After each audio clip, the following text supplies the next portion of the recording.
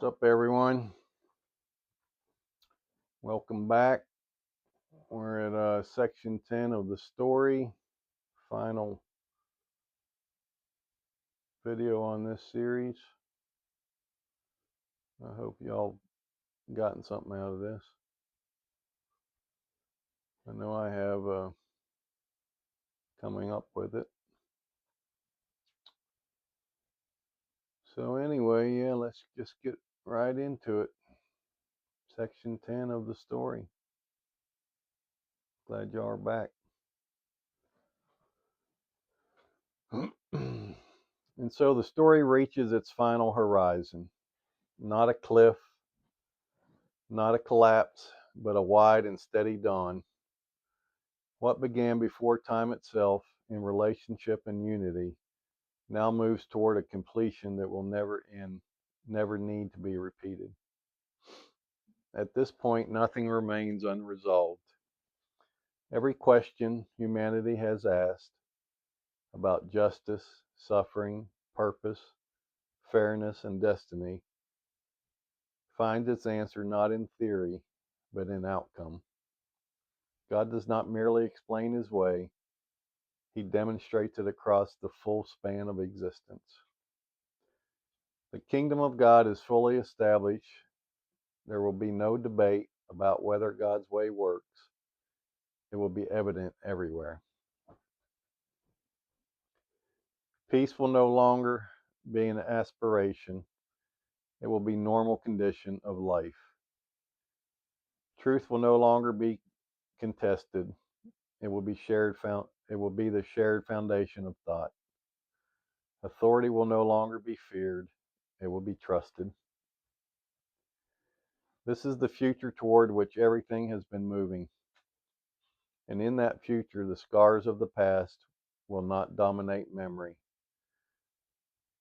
but they will not. And in the future, the scars of the past will not dominate memory, but they will not be erased either. They will serve as testimony. Humanity will remember what self-rule produced, what deception cost, and what obedience restored. Memory will no longer wound, it will instruct. This is why eternity will not be fragile. Those who enter God's family will do so with full awareness. They will not long for alternatives. They will not romanticize rebellion. They will not resent authority. They will understand why God's way must be the only way. Freedom will no longer mean the right to choose destruction. Freedom will mean the ability to live fully within truth. God's family will reflect his character, not because it is enforced, but because it has been chosen, proven, and embraced. Individuality will remain. Creativity will flourish. Personality will deepen. Unity will not erase distinction. It will give it purpose. God never intended uniformity. He intended harmony. The relationship that existed between God and the Word, defined by trust, shared purpose, and joyful cooperation, will now exist on a scale beyond comprehension. What was once two will become many without losing unity. This is the meaning of family, and family implies continuation. God's work will not end when this plan is complete. Creation will continue to unfold. The universe will expand under righteous stewardship. Those who have learned faithfulness in small things will be entrusted with greater things. Learning will never cease. Discovery will never end. Relationship will never stagnate. Eternity will not be repetition. It will be growth without decay. This truth redefines everything about the present moment. It means that no act of faithfulness is insignificant. No moment of endurance is forgotten. No choice for truth is wasted. No sacrifice made in obedience is lost. God records everything, not as an accountant tallying debts, but as a father preparing inheritance. Those who have walked with him through uncertainty will walk with him in clarity. Those who trusted him in weakness will share in his strength. Those who honored him in a world that did not will be honored by him openly. And still, God remains the same. He does not change when he is vindicated. He does not become harsh when he is obeyed. He does not withdraw when his authority is finally recognized. The God who patiently allowed rebellion to play out will be the same God who welcomes his family home. This is why fear has no place in the end of the story. Perfect love casts out fear, and God's plan is the ultimate expression of perfect love.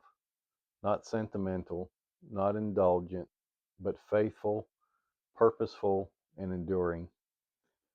So now, standing at the close of the story, the perspective shifts one final time from the vast sweep of eternity back to the individual life. Because while the plan is universal, the response is personal. Every listener, every reader, every soul.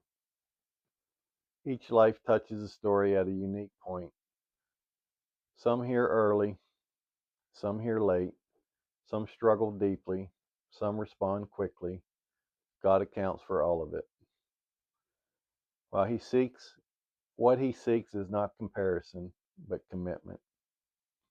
Not performance, but loyalty. Not perfection, but perseverance. The call is simple, though not easy. Trust God, submit to his authority, learn his way, choose life. Everything else flows from that. The world will continue to distract. The present will continue to demand attention. Fear will continue to offer shortcuts. Pride will continue to promise control. But none of these lead where the story is going. Only God does. And now, knowing where the story began, how it unfolded, why it endured, and where it leads, one truth remains unavoidable. You were not born at random. You are not living by accident. And your life is not insignificant. You exist because God's plan required a place for you, whether now or later, to make a real choice with real understanding. The door remains open. The invitation stands. The kingdom is coming. And the greatest story ever told is no longer just something you have heard. It is something you are still part of. Well, I want to thank everyone taking this little journey with me. I appreciate y'all. Glad you stuck through it. And there's more to come.